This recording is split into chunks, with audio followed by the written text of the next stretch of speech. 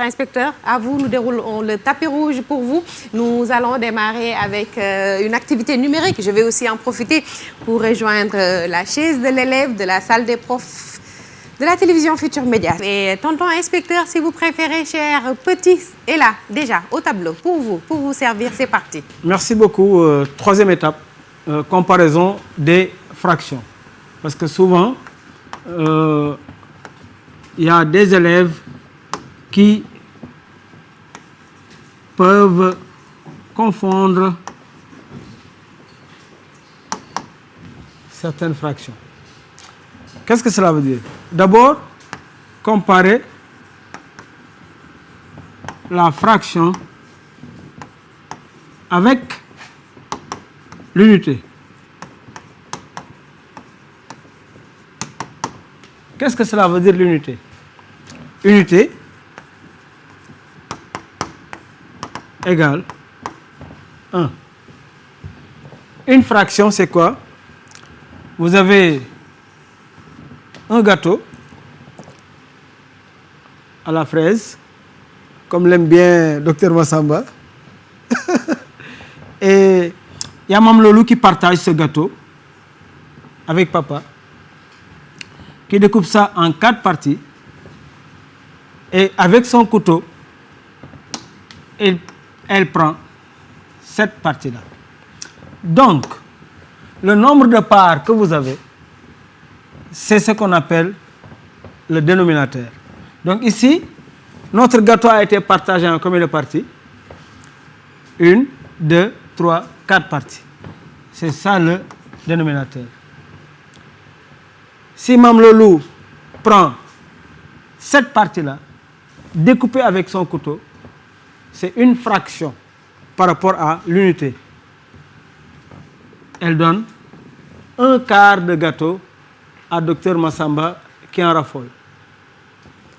Donc, un quart est plus petit que 1. Et comment on appelle cette partie-là qui a été prise? C'est le numérateur. Le numérateur, donc, représente le nombre de parts ou la partie prise dans l'unité qui est 1. Et 4 représente le nombre de parts. Comment maintenant comparer avec l'unité 1? Nous avons ici combien de parties? 4 parties. Pour pouvoir prendre tout le gâteau et donner ça à Dame Diaw, combien de parties Mme Lolo devra-t-elle prendre? 4 parties. Donc, quand le numérateur est égal au dénominateur, la fraction est égale à 1.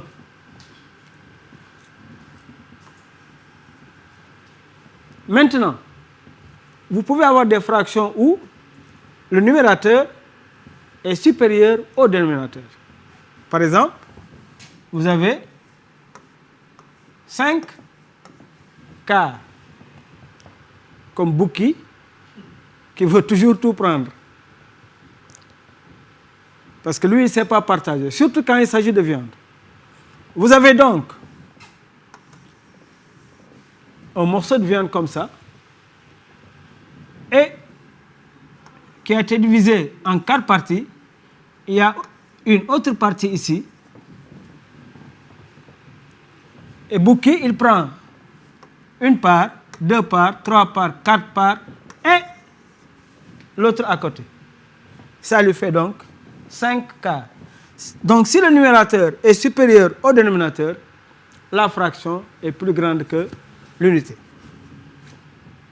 Ce que nous allons faire, on va récapituler sur ça avant de revenir sur d'autres exemples. Si les fractions ont le même dénominateur, la plus grande est celle qui a le plus grand numérateur. On va y revenir en exemple. Si 2 fractions ont le même dénominateur, la plus grande d'entre elles est celle qui a le plus grand numérateur. Qu'est-ce que cela veut dire? 4 quarts et 5 quarts. 5 quarts est plus grand que 4 quarts. 7 dixièmes supérieur à 3 dixièmes, car 7 est plus grand que 3. Donc, si les fractions ont le même dénominateur, il n'y a pas de problème. Il faut tout simplement faire comme les nombres. 3 est plus grand que 2, 6 est plus grand que 5. C'est la même chose, parce que c'est le même dénominateur. La plus grande d'entre elles est celle qui a le plus grand numérateur, et la plus petite, celle qui a le plus petit numérateur. C'est clair à ce niveau. Si les fractions ont le même numérateur, là on était même dénominateur, mais ici c'est le même numérateur. La plus grande des fractions est celle qui a le plus petit dénominateur, et la plus petite est celle qui a le plus grand numérateur. En guise d'exemple, 12 septièmes et 12 quinzièmes. Où est le numérateur ici? Entre 12 quinzièmes entre 12 septièmes et 12 quinzièmes. Où est le numérateur? Oui, c'est 12. Donc, les deux fractions 12 septièmes et 12 quinzièmes ont le même numérateur. Si deux fractions ont le même numérateur, quelle est la plus grande? Ici, la plus grande des fractions est celle qui a le plus petit dénominateur. Parce que c'est le nombre de parts. Si j'ai un gâteau que je coupe en 8 parties, et un gâteau que je coupe en 2 parties, vous serez d'accord avec moi que quand je prends un demi est plus grand que 1/8. Parce qu'on a divisé le gâteau en 8 parties. Et plus on divise, plus la partie que va recevoir Dr Massamba sera petite. Et évidemment, vous conviendrez avec moi qu'il ne sera pas content. Parce que lui, après son repas, il ne faut pas jouer avec lui sur le dessert. Surtout que quand le gâteau est à la fraise, comme on a dit tout à l'heure. Maintenant, si elles n'ont pas le même dénominateur, on les réduit au même dénominateur. Comment réduire au même dénominateur?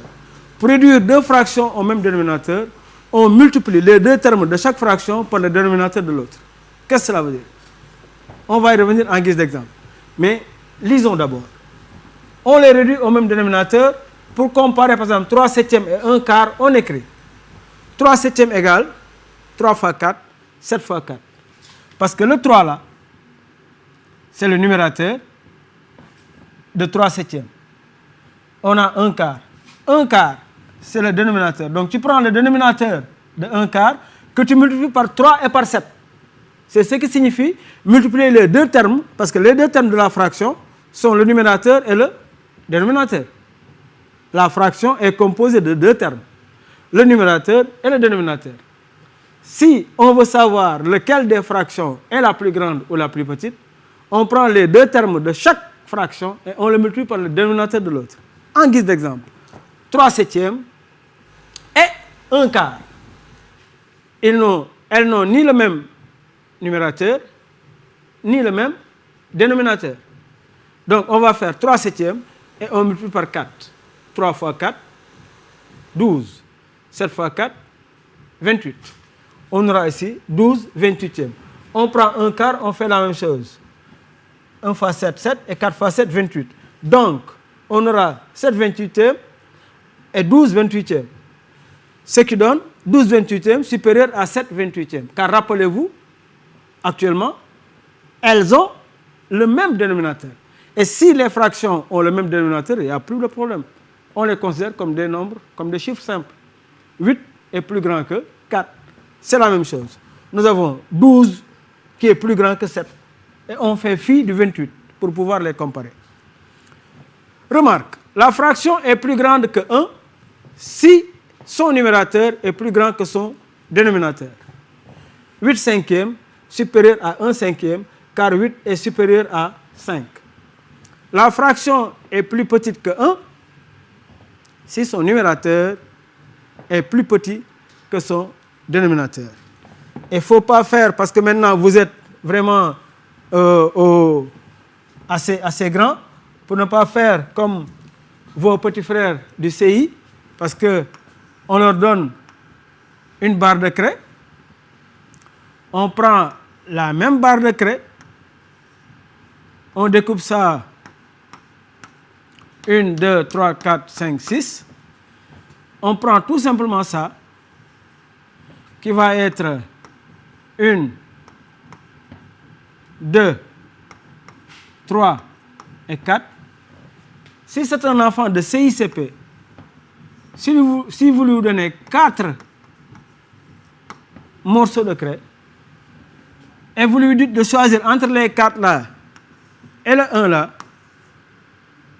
l'élève du CICP à 95%, vous pouvez faire l'exemple avec votre petit frère, va choisir ça. Mais vous devez savoir que plus le dénominateur est grand, moins la part prise est petite. Qu'est-ce que cela veut dire? Je prends 2 quarts et je prends 2 douzièmes. Il ne faut pas avoir 12 et se dire que mais 2 douzièmes est plus grande. Non, ce n'est pas la fraction la plus grande ici. Parce qu'on a divisé l'affaire en 12 parties et on vous a donné 1 douzième. Alors qu'ici, on a seulement divisé en 4 parties.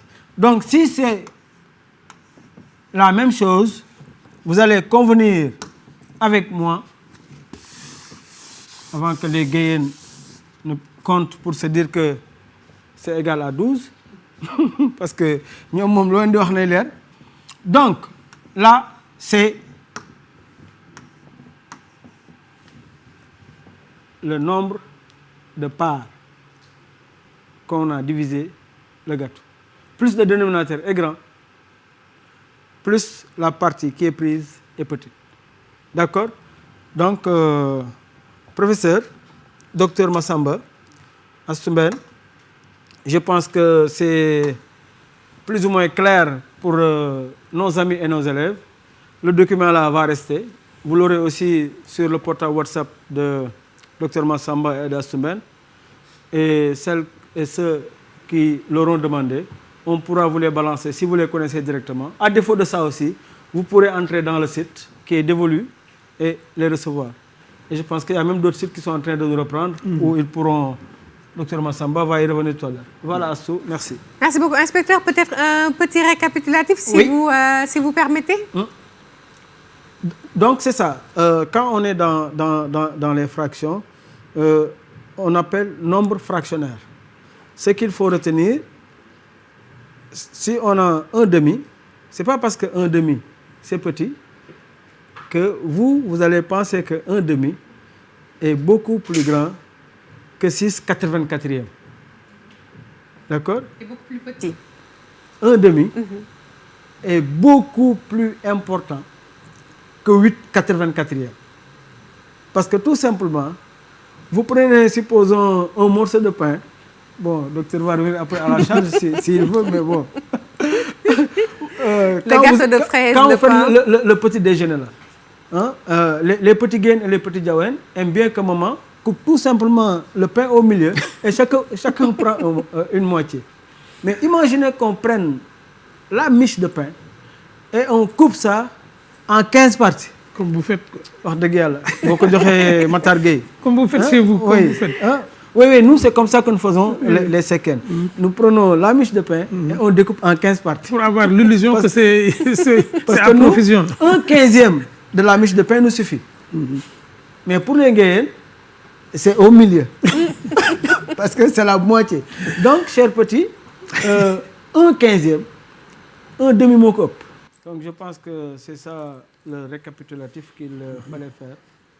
C'est le dénominateur qui départage. D'accord. Plus il est grand, plus la fraction est petite. Merci beaucoup. Donc, attention aux fractions, attention aux dénominateurs, attention aux numérateurs. Je pense que Dr Massamba, avec les choses de la vie, il est simple d'expliquer à l'enfant, de lui trouver les voies et moyens pour mieux comprendre. Mais oui, c'est le cas pratique qu'il a pris en prenant le pain, en prenant les portions de fruits, en prenant les portions de gâteau. Donc, on permet à l'enfant, de manière usuelle, au petit déjeuner, de dire aujourd'hui, je vais faire, je vais couper le pain en 8 parties et je vais vous donner 2 huitièmes, je vais vous donner 1 huitième, je vais vous donner 3 huitièmes. Donc, je pense que ces exemples-là rendent les choses plus pratiques et plus accessibles. Et souvent, pour enseigner le rectangle, il suffit juste de dire à l'enfant, rentre dans la chambre ouvre la porte, prend du recul, quelle est la forme de la porte? Quelle est la partie la plus longue, quelle est la partie la plus courte? Cette partie, tu l'appelles longueur, l'autre partie, tu l'appelles largeur. Et ça, on n'a pas besoin de dessiner même un rectangle. Il suffit juste que l'enfant rentre dans la chambre et observe comment il le lit. Ils prennent des mesures pour voir si cette partie est plus longue et l'autre partie, etc. Donc je pense que ça, c'est ce qu'on appelle dans le curriculum contextualisé. Contextualisé, c'est ce que le professeur de Souleymane Diouf avait fait lorsqu'il a enseigné le cône. Et je pense que c'était très pratique en parlant du Tengadé, en prenant le grenier de Joal Fadiouth, etc. Donc, il faut partir de l'environnement de l'enfant. Mais oui, parce que tout est lié. Tout ce qu'on apprend est lié à notre vécu quotidien. Donc, il faut toujours partir de l'environnement de l'enfant. C'est pourquoi c'est très important que les manuels soient conçus à partir d'ici. Il faut qu'on arrête de plaquer des manuels et de recevoir des dons de manuels qui nous viennent d'ailleurs, qui ne sont pas conformes à nos besoins. Il faut que les manuels soient conçus par les formateurs d'ici qui connaissent la réalité. Que les enfants puissent s'identifier, retrouver des éléments clés qu'ils connaissent. Mais oui, quand l'autre a fait le manuel, il a dit Toto tape pâté. Les élèves se tapaient dans la cour parce qu'ils pensaient qu'il fallait se taper. Alors que Toto ne tape pas pâté. Toto peut caresser pâté. Mais il pensait que lui, il fallait Toto tape pâté et les enfants pensaient qu'il fallait pâté tape Toto. Non, l'histoire, ce n'est pas de se taper. L'histoire, c'est de s'aider. Donc je pense que voilà, parler de la neige à un enfant, c'est très bien quand on est dans la découverte du monde. Mais lui parler aussi du soleil qui chauffe, il fait l'expérience de la récréation. Merci beaucoup, docteur Massamba. Gâteau à la fraise, mbourou face, qu'est-ce que vous préférez? Les deux. Les deux. Je réponds pour lui. Merci beaucoup, inspecteur. En tout cas, merci, inspecteur Dame Seck.